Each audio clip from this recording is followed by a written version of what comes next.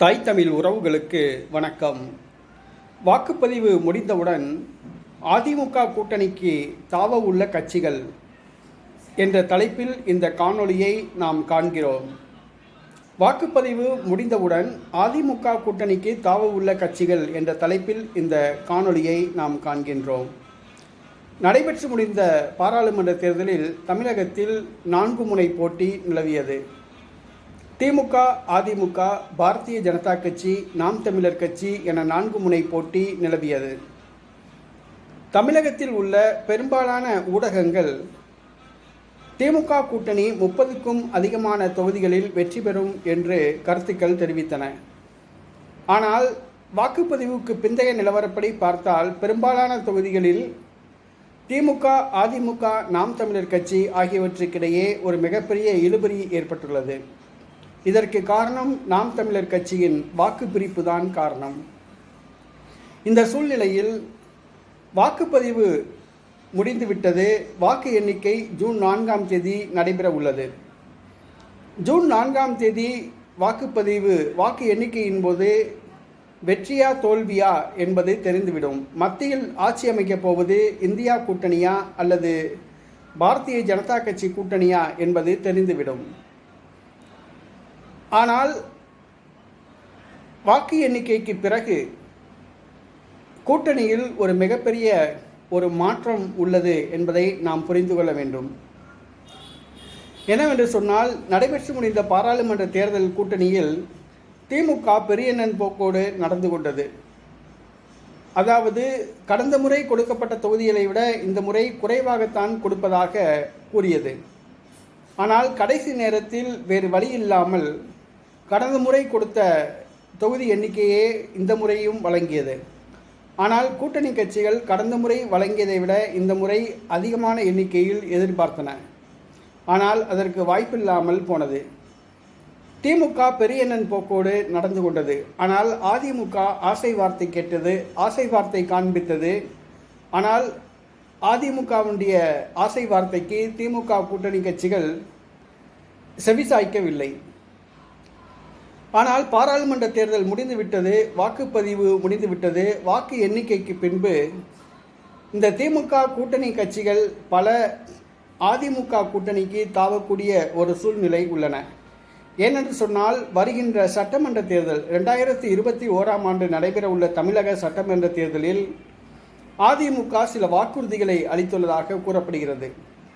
அதிமுக ஆட்சி அமைத்தால் மொத்தமுள்ள 35 அமைச்சர் பதவிகளில் 10 அமைச்சர் பதவி கூட்டணி கட்சிகளுக்கு வழங்கப்படும் என்று கூறியுள்ளது.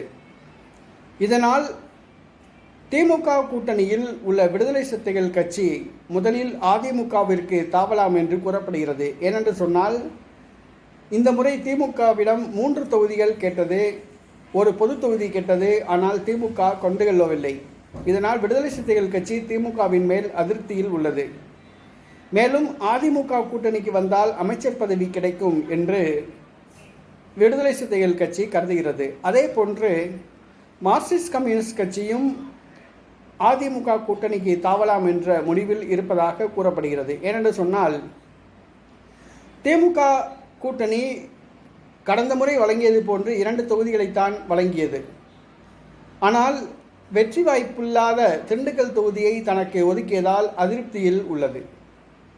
அதேபோன்று இந்திய கம்யூனிஸ்ட் கட்சியும் திமுக கூட்டணியிலிருந்து வெளியேறி அதிமுக கூட்டணிக்கு செல்ல முடிவு செய்துள்ளதாக கூறப்படுகிறது. ஏனென்று சொன்னால், அதிமுகவும் ஒரு மதச்சார்பற்ற ஒரு கூட்டணியைத்தான் அமைக்கிறது. அந்த கூட்டணியில் பாரதிய ஜனதா கட்சி கிடையாது.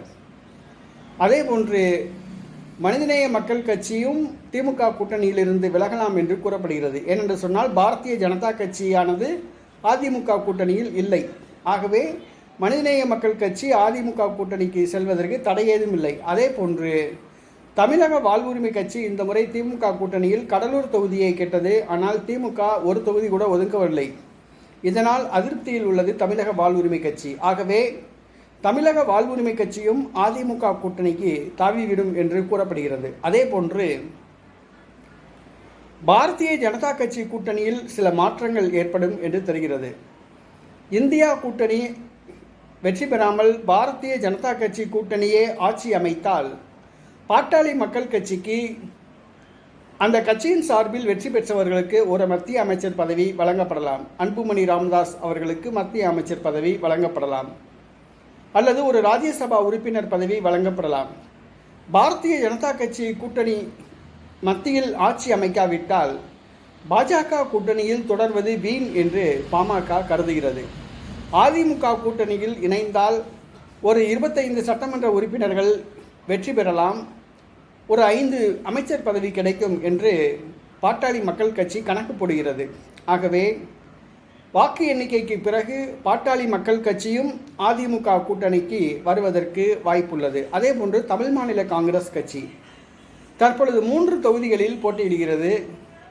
ஆனால் பாரதிய ஜனதா கட்சி கூட்டணியில் இருப்பதை விட வருகின்ற சட்டமன்ற தேர்தலில் அதிமுகவுடன் கூட்டணி அமைத்தால் ஏதோ 1-2 தொகுதிகளில் வெற்றி பெறலாம் என்று தமிழ் மாநில காங்கிரஸ் கருதுகிறது. ஆகவே வாக்கு எண்ணிக்கைக்கு பிறகு இந்த திமுக மற்றும் பாரதிய ஜனதா கட்சி கூட்டணியில் உள்ள ஒரு சில கட்சிகள் அதிமுக அணிக்கு தாவுவதற்கு தயாராக உள்ளன.